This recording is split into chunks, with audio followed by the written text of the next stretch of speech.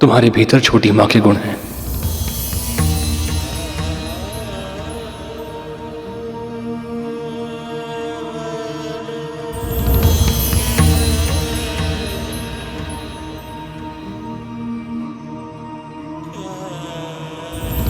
इससे अधिक गर्व की बात मेरे लिए और क्या हो सकती है भैया।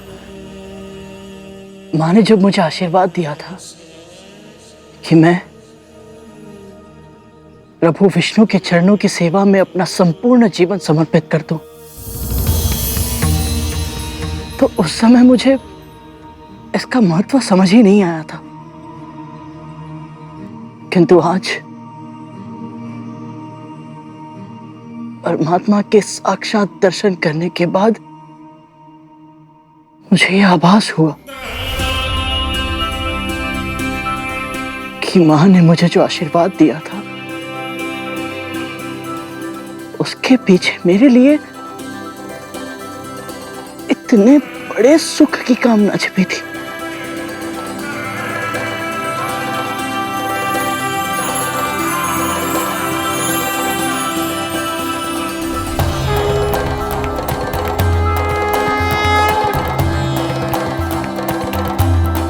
भैया, परमपिता के दर्शन तो आपने करवा दिए, किंतु मां लक्ष्मी कहाँ है?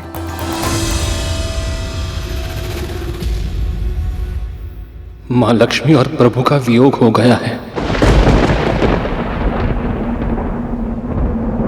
और इसी कारण दुखी होकर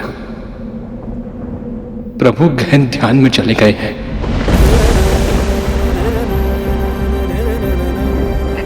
क्या? किंतु कैसे भैया? और आपने मां लक्ष्मी को रोका क्यों नहीं? आप तो यहीं रहते हैं ना। और भैया, आप यहाँ क्यों रहते हैं? अपने भाइयों के साथ, बड़ी माँ के साथ क्यों नहीं रहते? और वहां आपका नाम लेना वर्जित क्यों है भैया? शांत हो जाओ गरुड़। इतने प्रश्न एक साथ पूछोगे तो उत्तर कैसे सुन पाओगे? क्षमा कीजिए भैया, माँ भी यही कहती है कि मैं बहुत प्रश्न पूछता हूँ, किंतु मैं भी क्या करूं भैया। माँ को मैं कितना भी पूछूं वो मुझे कुछ नहीं बताती है। इसीलिए मैं सबसे प्रश्न पूछता रहता हूँ, और जब तक मुझे अपने प्रश्नों के उत्तर नहीं मिलेंगे भैया, मैं अपना उद्देश्य कैसे पूरा कर पाऊंगा? कौन सा उद्देश्य?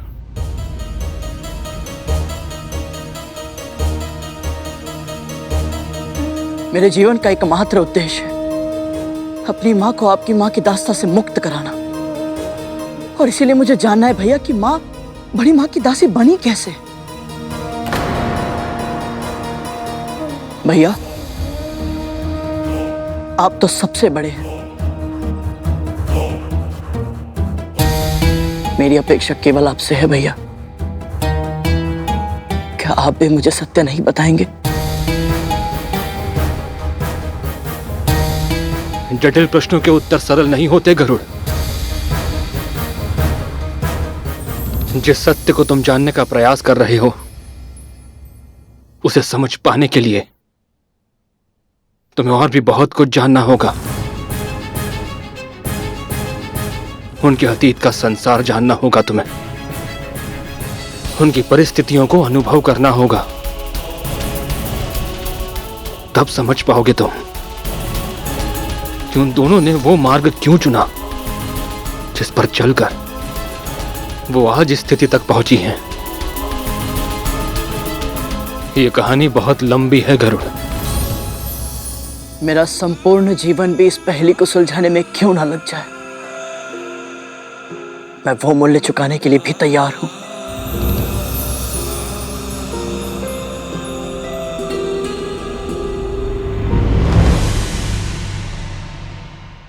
ठीक है गरुड़,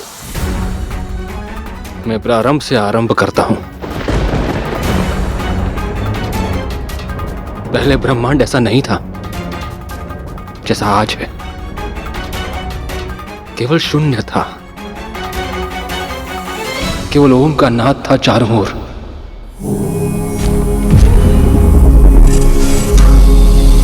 बढ़ते बढ़ते ये नाद इतना तीव्र हो गया कि इसके आवेग से शून्य को चीरते हुए प्रकट हुआ क्षीर सागर, और उस क्षीर सागर के मध्य प्रकट हुए परमपिता विष्णु।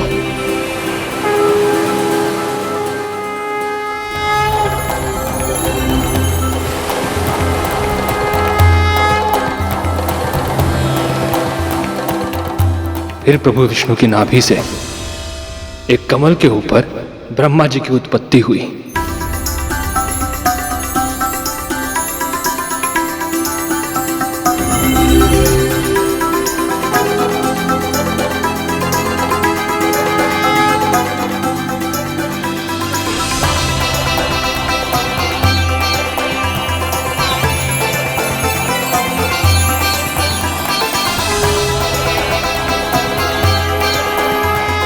हे नारायण, मैं कौन हूं और मेरे जीवन का उद्देश्य क्या है? ब्रह्मा हैं आप, और आपके जीवन का उद्देश्य है सृष्टि का सृजन करना। जो आज्ञा प्रभु। सृष्टि के सृजन के लिए ब्रह्मा जी ने 10 मानस पुत्रों को जन्म दिया, जो प्रजापति कहलाए। ब्रह्मा जी ने उन्हें आज्ञा दी कि वे सब अपनी अपनी संतानों को जन्म देकर सृष्टि का विकास करें, और इन सभी में प्रमुख थे मरीचि और दक्ष प्रजापति।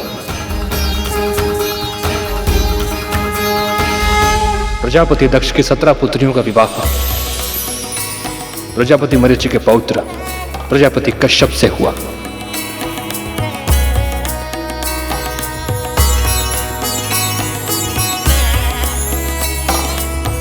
इनमें अदिति से देवताओं का और दिति से दानवों का जन्म हुआ।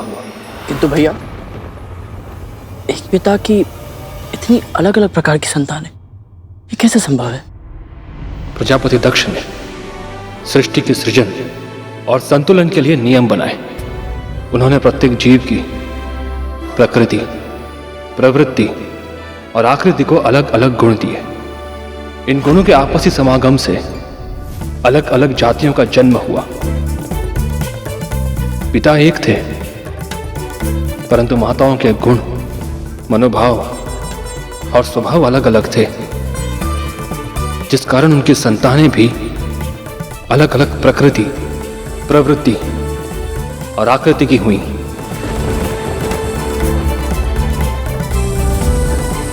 आदित्य और दिति की संतानें तो एक दूसरे से बिल्कुल ही विपरीत स्वभाव की थीं। देवताओं में सत्व और रजस गुण थे, जबकि दानवों या असुरों में रजस गुण होते हुए भी तमस गुण की प्रधानता थी। आसुरी प्रवृत्ति प्राणी को शांत नहीं बैठने देती। उसका मन सदैव इसी में लगा रहता है कि कैसे वो किसी से कुछ छीन ले, दूसरों को कष्ट पहुंचाए, सभी कुछ नष्ट कर दे। उनके इसी विनाशकारी स्वभाव के कारण उनका युद्ध देवताओं से होने लगा, और समय के साथ साथ ये देव असुर महासंग्राम में बदल गया। असुर केवल अपनी शक्तियों का पुहड़ प्रदर्शन करना जानते थे, जबकि देवता देवराज इंद्र के नेतृत्व में संगठित थे और कौशल के साथ दैवीय शस्त्रों से युद्ध करते थे। असुर बार बार हारने लगे। इसी कारण उनकी माता दिति स्वयं को अपमानित अनुभव करने लगी, और दूसरी ओर देवताओं की माता आदिति, उनका सम्मान दिन प्रतिदिन बढ़ने लगा, क्योंकि उनके पुत्र बलशाली थे, गुणकारी थे। देवी आदित्य की, देवी आदित्य की, देवी आदित्य की, देवी आदित्य की, देवी आदित्य की।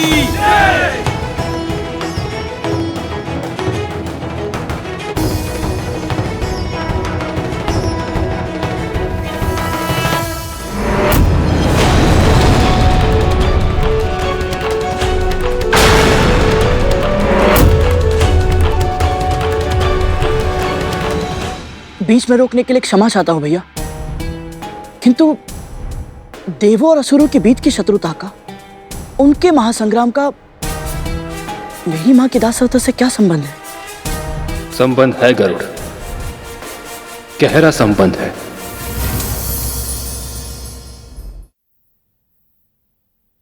हमारी सृष्टि की रचना बहुत ही अद्भुत है गरुड़। सृष्टि के किसी भाग में यदि एक तितली भी अपने पंख फड़फड़ाती है ना,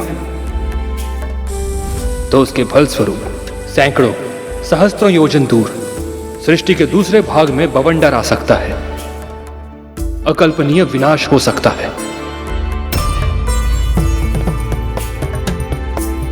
अपने पुत्रों के स्वभाव के कारण दिति और अदिति के बीच जो कुछ भी हो रहा था,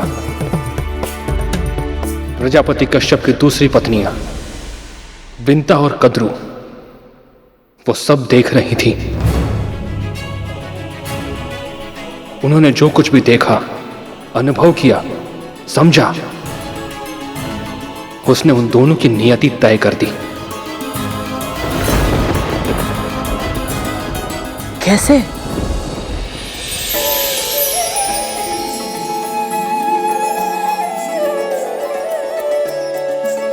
आज जीत के दिखाओ तो मानू। अभी दौड़ समाप्त नहीं हुई दीदी।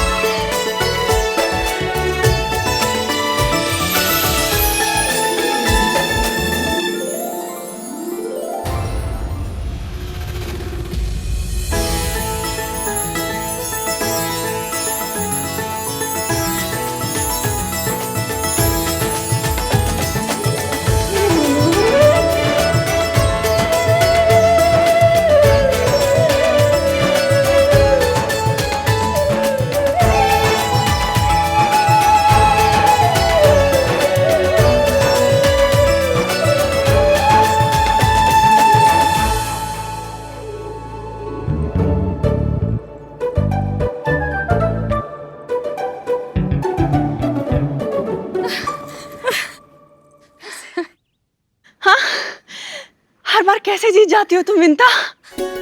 आनंद तो दौड़ में है दीदी, फिर चाहे मैं जीतू या आप, बात तो एक ही है। सच कहा तुमने, असली माँ तो फल का नहीं कर्म का होता है। तुम्हारी यही बातें मेरा मन मोह लेती है। बस बस दीदी, प्रशंसा अभिमान को जन्म देती है और मैं नहीं चाहती कि मैं कभी भी अपने नाम से विपरीत आचरण करूं। सदैव विनीत रहूं, यही इच्छा है मेरी।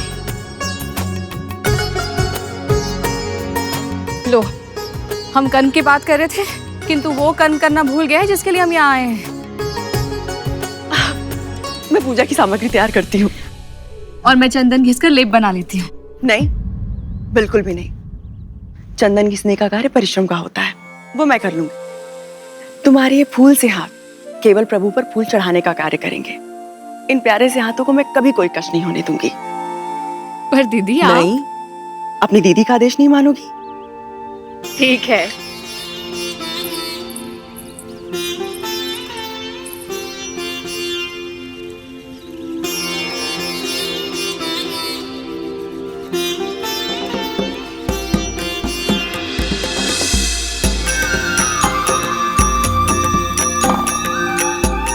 इन दोनों बहनों का आपसी संबंध समझना हो तो उस झरने की कल्पना करो गरुड़, जिसमें जल के स्थान पर बहता था एक दूसरे के लिए असीमित अथाह स्नेह, शब्दों में जिसकी व्याख्या करना असंभव है। ऐसा था इनका प्रेम, अद्भुत, अतुलनीय। जानती हो, मैंने अपने प्रभु से क्या कामना की है? कि जब भी मेरे पुत्र हो, वो अदिति के पुत्रों से अधिक शक्तिशाली हो। जितना अधिक बल मेरे पुत्रों में होगा, मुझे उतना ही अधिक सम्मान मिलेगा। पर दीदी, मुझे लगता है कि अदिति दीदी का सम्मान उनके पुत्रों के शक्तिशाली होने के कारण नहीं होता। वो तो इसलिए होता है कि उनके पुत्र संस्कारी हैं। मैंने भी श्री विष्णु से प्रार्थना की है कि मुझे भी ऐसी ही संतान दीजिएगा, सात्विक और सद्गुणी। माँ को इतनी अपेक्षा है मुझसे और मैं उन्हें पूरा नहीं कर पा रहा हूँ, उनको दास्ता से मुक्त नहीं करा पा रहा हूँ। जो फूलों तक को कष्ट नहीं होने देती, उन्हें इतने कष्ट भोगने पड़ रहे, क्यों? कभी कभी अनजाने में हुई भूल का बहुत बड़ा मूल्य चुकाना पड़ता है गरुड़। विंता मां के साथ भी कुछ ऐसा ही हुआ था।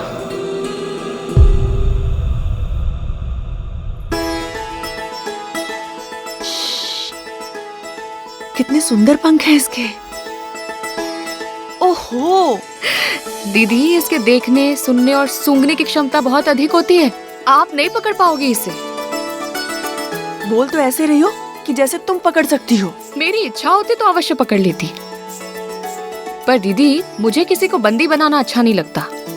सभी को स्वतंत्र रहने का, स्वच्छंद घूमने फिरने का अधिकार तो होना ही चाहिए ना। बहाने बनाकर ना बात को टालो नहीं। सच तो ये है कि तुम इस तितली को पकड़ ही नहीं सकती। तो लगाओ शर्त। यदि मैंने इसे पकड़ लिया तो? जो तुम कहोगी मैं तुम्हें बनाकर खिलाऊंगी। सच? तो लग गई शर्त।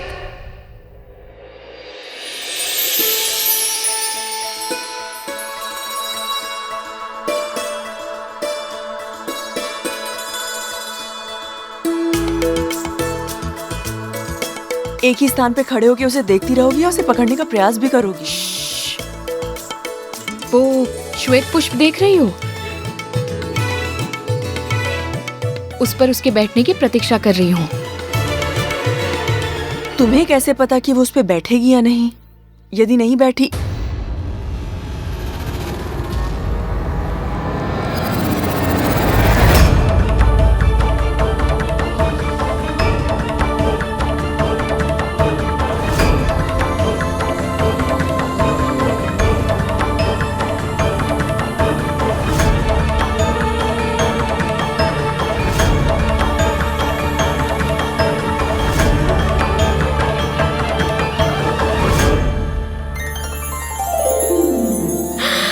पकड़ लिया। बोलो दीदी, मानती हो अपनी हार? हाँ हाँ मान गई। तुम जीत गई और मैं हार गई।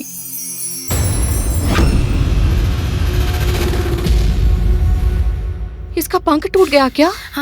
क्षमा करना तितली, तुम्हारी वेदना का पता ही नहीं चला। अनजाने में बहुत बड़ा अपराध हो गया मुझसे।